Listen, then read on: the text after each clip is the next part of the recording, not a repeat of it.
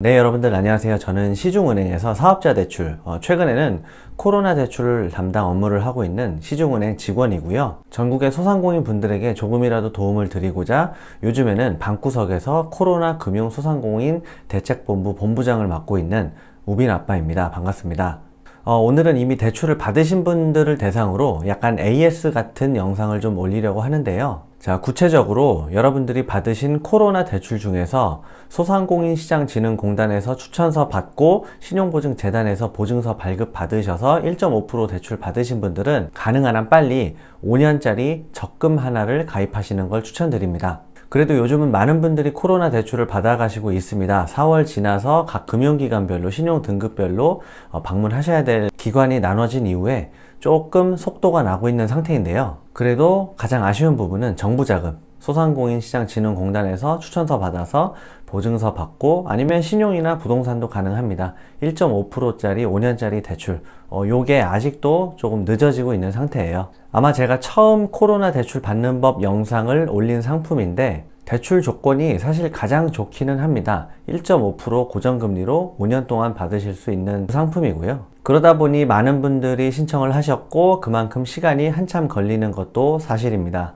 아마 이번 주나 저번 주에 해서 자금이 또 정부 자금이 일부 들어온 게 있기 때문에 입금 받으실 분들이 많이 계실 것으로 생각이 됩니다. 자, 그런데 이 여러분들이 코로나 대출 받으시러 은행 가셔서 대출 서류 다 작성하셨잖아요. 보증서 발급 받았다는 연락 받고 은행 또 가셔가지고 마지막으로 대출 서류를 다 작성하셨을 텐데 아마 여러분들 서류 쓴 것 중에서 지금 기억나는 거는 대출 금액이 얼마인지, 금리가 몇 프로인지, 대출 기간은 몇 년인지, 아니면 조금 더 이해하신 분들은 거치 기간은 몇 년인지, 이자만 내는 기간은 몇 년인지 이 정도만 알고 계실 거예요. 근데 이런 내용은 제가 영상에서 한번 소개를 시켜드렸던 내용이기 때문에 한번 알고 가셨기 때문에 이 정도는 이해를 하셨을 텐데 이 대출 상환하는 방법을 잘 모르십니다. 이거를 한번 AS를 해드릴게요, 오늘. 자, 물론 은행에서 설명은 한번 들으셨지만 사람이 은행 가셔서 대출 서류 이렇게 쓰실 때 긴장을 많이 하십니다. 긴장을 많이 하시고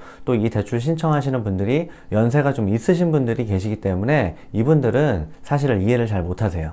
그래서 소상공인 코로나 대책본부 본부장 우빈 아빠가 다시 한번 설명을 드리겠습니다. 자, 다시 말씀드리지만 오늘 설명드리는 거는 소상공인시장진흥공단 가셔서 추천서 받고 보증서 받으신 분들이 대부분이죠. 보증서 받으신 다음에 1.5% 정부자금 대출 받으신 이 상품에 대해서 설명을 드리는 겁니다. 소상공인시장진흥공단 추천서 없이 바로 신용보증재단에서 특례보증 2.6%로 받으신 분들도 계시거든요. 아니면 추천서가 있었지만 정부자금 기다리기 너무 길기 때문에 요거를 특례보증으로 전환해서 2.6%로 받으신 분들은 해당 사항이 아니에요. 간단히 말씀드리면 2.6% 받으신 분들은 간단해요. 대출 기간은 총 5년이고 그 중에 거치기간이라는 거는 이자만 내는 기간인데 그 이자만 내는 기간이 이 특례보증 대출은 1년이에요. 1년이고 자, 1년 12개월, 13개월째 됐을 때부터 원금 균등 분할 상환이 시작이 됩니다. 총 대출 기간 5년 중에 1년 지났으니까 4년 남고 4년 48개월이잖아요. 그러면 대출금을 48로 나눠서 그 금액을 48개월간 나눠서 내시면 대출 기간 끝나면 대출이 없어집니다. 간단하죠? 자, 복잡한 건 이 소상공인진흥공단 추천서 받아서 하는 대리대출, 이게 아주 복잡합니다. 복잡한 이유는 보통 은행에서 대출을 하게 되면 이자를 매월 내죠. 1개월마다 후치, 오늘 대출 받았으면 다음 달 해당 응당일로부터 대출 이자를 수납하기 시작하는데 이 소상공인 정책자금 대출은 이자 납부 기간이 1개월이나 3개월이에요. 둘 중에 하나예요. 1개월이 될 수도 있고 3개월이 될 수도 있습니다. 그리고 거치기간이 끝나면 원금을 상환하기 시작하는데 이 원금을 상환하는 주기도 한 달짜리가 있고 석 달짜리가 있어요. 그래서 헷갈립니다. 자, 꼭 본인이 내가 받은 대출이 1개월 단위 상환하는 건지 3개월 단위로 상환하는 건지 꼭 확인을 하셔야 됩니다. 자, 대부분 보증서로 받으셨는데 보증서로 받으신 분들은 이 대출 상환 주기가 아마 3개월일 거예요. 자, 예를 들어 설명을 해드릴게요. 만약에 어제 날짜 2020년 4월 24일에 이 1.5% 정책자금을 받으셨다고 치면 신용으로 받으시거나 부동산 담보로 하신 분들은 매 1개월마다 이자를 납부하시게 될 겁니다. 자, 그러니까 4월 24일 날 대출금이 입금된 분들은 5월 24일에 처음 이자를 납부하시고요. 6월 24일, 7월 24일 이런 식으로 한 달 단위로 이자를 납부하게 되는 거고요. 보증서로 하신 분들은 아마 이자 납부 주기가 3개월일 거예요. 그러면 4월 24일 날 입금을 받으셨으면 7월 24일, 10월 24일 이렇게 어쨌든 24일에 빠집니다. 제가 지금 24일 예를 든 건 입금 날짜가 24일이라는 뜻이에요. 만약에 뭐 4월 5일 날 대출을 받으신 분들은 매월 5일 날 이자가 빠지는 거예요. 여러분들이 대출금이 입금된 그 날짜에 이자가 빠지게 되어 있습니다. 그 다음 달이든 아니면 3개월에 빠지든. 이해하셨죠? 자, 이렇게 2년 동안 이자를 내시다가 거치기간이 끝나고, 자, 2020년 4월 24일에 받으셨으면 2022년 4월 24일이면 딱 2년이 지납니다. 그러면 거치기간이 끝났고요. 자, 다음부터는 원금 상환이 시작이 되는데, 분할 상환 원금 이것도 1개월에 빠지는 분들이 있고 석 달에 한 번씩 빠지는 분들이 있어요. 제가 아까 4월 24일 날 대출금 받으셨다고 했잖아요. 이분들은 자, 분할 상환 원금은 이것도 24일에 빠지느냐? 그렇지 않습니다. 분할 상환 원금은 대출을 언제 받으셨던 간에 무조건 20일에 빠져요. 20일. 자, 잘 따라오셔야 돼요. 자, 한 번만 다시 설명드릴게요. 그러니까 2020년 4월 24일에 이 대출을 받으신 분들은 거치기간 2년 동안엔 1개월이든 3개월이든 매 24일에 이자가 나가고요. 자, 거치기간이 끝났어. 2년 지났어. 그러면 2022년 4월 24일이잖아요. 그때부터 원금 상환이 이제 시작이 되는데, 그러면 2022년 5월 20일, 24일이 아니에요, 원금은. 한 달에 한 번씩 내시는 분들은 2022년 5월 20일에 원금이 빠지고요. 그 다음에도 6월 20일에 원금이 빠지죠. 대신 이자는 똑같아요. 24일 날 빠져요. 그러니까 한 달에 돈이 2번씩 빠집니다. 보증서로 대출을 받으신 분들은 제가 분할 상환 주기가 3개월이라고 그랬잖아요. 2022년 4월 24일이면 거치기간이 끝나고 이제 석 달마다 분할 상환이 시작되면 2022년 7월 24일이 아니고 2022년 7월 20일부터 원금이 빠집니다. 그러니까 7월 20일에는 원금이 빠지고 한 4일 있다가 7월 24일에는 이자가 빠지고 이렇게 되는 거예요. 이해하셨나요? 참고로 이거 왜 이렇게 복잡하게 만들어 놨냐면 이 대출은 쉽게 말해서 정부 자금이잖아요. 정부 자금이기 때문에 지금도 대출 실행할 때 한참 걸리는 거죠. 정부에서 돈을 은행에 줘야 그 은행에서 대리 대출, 대신 대출을 해드리는 거니까. 그러면 나중에 원금 상환 기간이 도래했을 때 여러분들이 납부하시는 원금은 누구 돈인가요? 정부 돈이잖아요. 자, 시중은행에서 여러 군데서 이 정부 자금 대출을 하다 보면 원금이 계속 이렇게 상환이 될 때 매일, 매일매일 이렇게 원금이 상환된다고 하면 너무 중구난방이에요. 그러니까 이걸 그냥 싹 다 정리해서 매월 20일로 맞춘 게 아닌가 싶은 제 생각입니다. 자, 어디까지나 이건 제 생각이고요. 근거는 없는데 아마 맞을 것 같아요. 자, 어쨌든 이자는 대출금이 입금된 날짜 24일에 받으신 분들은 매월 아니면 3개월에 한 번 24일에 나가는 거고, 원금 상환은 대출을 1일에 받으셨던 3일에 받으셨던 5일에 받으셨던 원금 빠지는 날짜는 무조건 거치기간 끝나고 1개월 또는 3개월마다 매월 20일 날 빠진다. 요거를 꼭 기억하셔야 됩니다. 자, 근데 복잡한 게 여기서 하나 또 있습니다. 자, 신용보증서로 대출을 받으신 분들 중에 그 신용보증서 특약 있잖아요. 제가 매번 이렇게 신용보증서에 뭐라고 써있다라고 한 내용 중에 신용보증서로 받으신 분들은 대부분 이게 있어요. 만기 원금 상환 비율이라고 해서 30%가 등록이 되어 있습니다. 이게 무슨 소리냐면 대출을 3천만 원 받으신 분들은 대출금의 30%면 900만 원이잖아요. 이 900만 원을 대출이 끝나는 날짜 2020년 4월 24일에 받으신 분들은 대출 만기가 2025년 4월 24일인데 자, 대출 금액의 30%에 대한 금액을 2025년 4월 24일 이 날짜에 마지막에 내야 됩니다. 모든 금액을 균등하게 분할해서 상환하는 게 아니라 30%는 일단 마지막에 남겨놓고 그러면 3천만 원 중에서 900만 원은 맨 마지막 날 상환을 하는 거고요. 3천에서 900 빼면 2100만 원 남잖아요. 그 2100만 원만 그 상환하는 기간 3년 동안 분할해서 상환을 하시는 거예요. 자, 대출 기간 5년 중에 2년 동안은 이자만 내고 3년간 분할 상환을 하는데, 자, 900만 원은 맨 마지막에 내니까 2100만 원만 3년 동안 분할해서 내면 되죠. 근데 분할 상환 주기가 또 3개월이에요. 자, 분할 원금 상환하는 기간이 3년, 36개월 중에 석 달에 한 번씩 상환을 하게 되면 총 12번 상환을 하게 됩니다. 그죠? 그러면 2100만 원을 12개로 나누면 한 번 상환할 때 석 달에 한 번씩 175만 원씩 상환을 하셔야 돼요.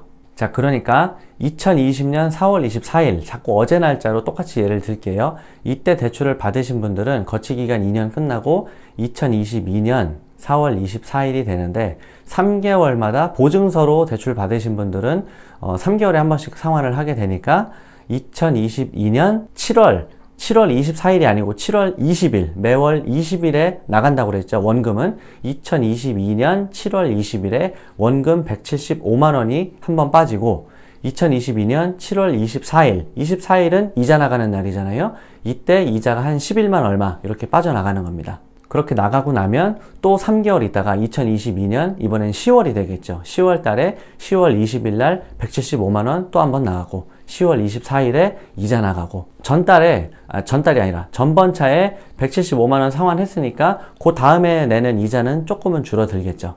자, 그렇게 12번을 쭉 상환하다가 만기 2025년 4월 24일 이 대출의 만기가 끝나게 되죠. 이 만기 날 얼마?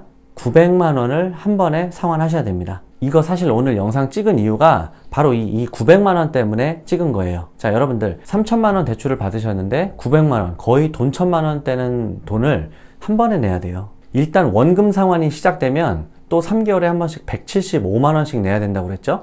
거의 한 달에 58만 원 정도 상환이 돼야 되는데 석 달에 한 번씩 내가 175만 원 12번 따박따박 내고 마지막 날 900만 원 갚는다? 쉬울까요? 쉽지 않습니다. 그리고 지금 코로나 이거 넘기고 정신없이 사업하다 보면 시간 금방 가잖아요. 정신없이 이거 사업하다 보면 만기가 또 금방 옵니다. 5년 금방 가요.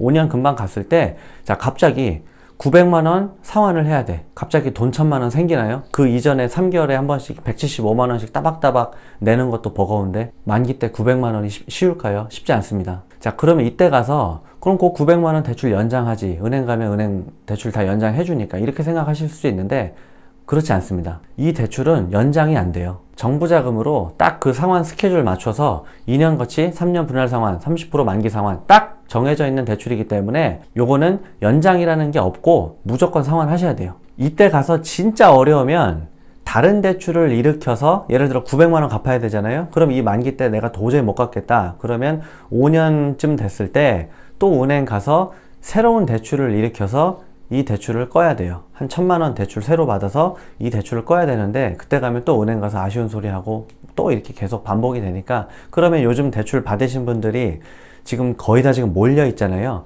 그러면 5년 지나면 똑같이 됩니다.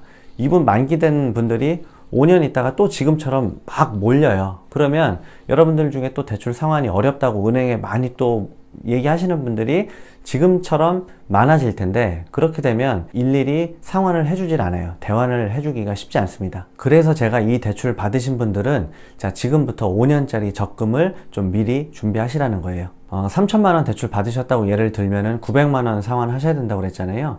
900만 원을 5년 60개월로 나누면 한 달에 한 15만 원 정도 됩니다. 요즘은 공인인증서만 있으시면은 인터넷 뱅킹이라든지 스마트폰으로 적금 가입하는 거 쉽거든요. 아니면 요런 거 하기 어려우시고 좀 연세가 있으신 분들은 은행을 일단 한번 시간 되실 때 가세요. 은행 가셔서 요 제가 말한 상환 스케줄, 내가 언제 이 대출을 갚아야 되는지 대출계 가서 상환 스케줄 하나 뽑아달라고 하면은 뽑아주거든요. 그러면 한번 보시고 내가 만기에 30%를 이렇게 제가 말씀드린 대로 상환을 해야 되는 대출을 받으셨는지, 분할 상환 주기가 한 달이 아니라 3개월인지 그걸 한번 보신 다음에 요 만기에 맞는 적금을 하나 가입하시고 오세요. 대신 한 가지 주의하실 게, 여러분들이 대출 받으신 지 지금 한 달이 안 됐다고 하면 여러분들이 대출 받으신 은행에서 적금을 가입하겠다고 하면은 구속성 예금이라는 제도가 있어요. 이게 뭐냐면 은행에서 대출을 한 다음에 대출 입금한 날짜